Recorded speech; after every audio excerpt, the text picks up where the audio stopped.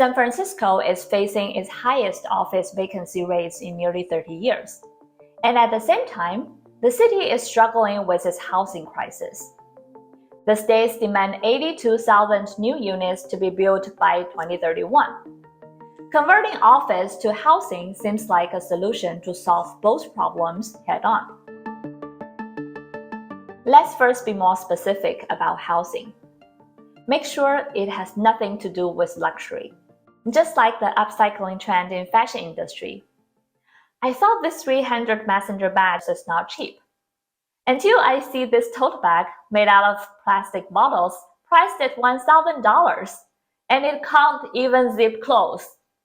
Adaptive reuse is a sustainable approach to the development due to the amount of embodied energy and carbon footprint in the existing building. So this can be a very trendy concept to attract eco-friendly people to pay a huge premium for it. Now, if San Francisco wants to solve its housing problem by converting office to housing, then the marketing positioning needs to be done right to attract the buyer who's currently suffer from the housing crisis. Housing at a fair price doesn't necessarily mean it has a lower quality.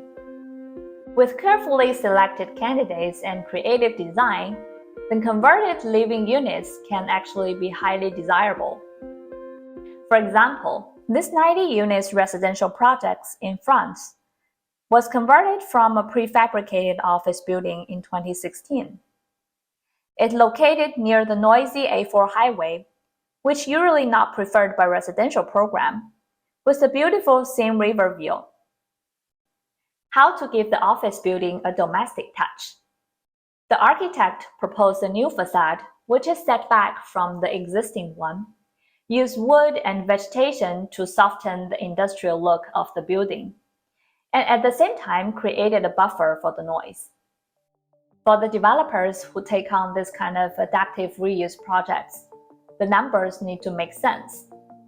The older office buildings from the 60s and 70s, for the most part, already reached their end of life.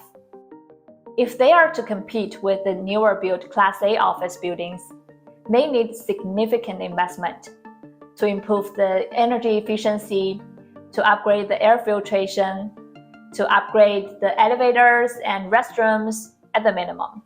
With low occupation in downtown area, all this investment are not guaranteed to get the return back. But converting them to residential, at least there is a demand to begin with. Some of the candidates may not seem like good options due to the deep lease span or the tall ceiling height. Before come to a conclusion, consult an architect. Maybe he or she can bring some creative solutions to actually add some value to the properties.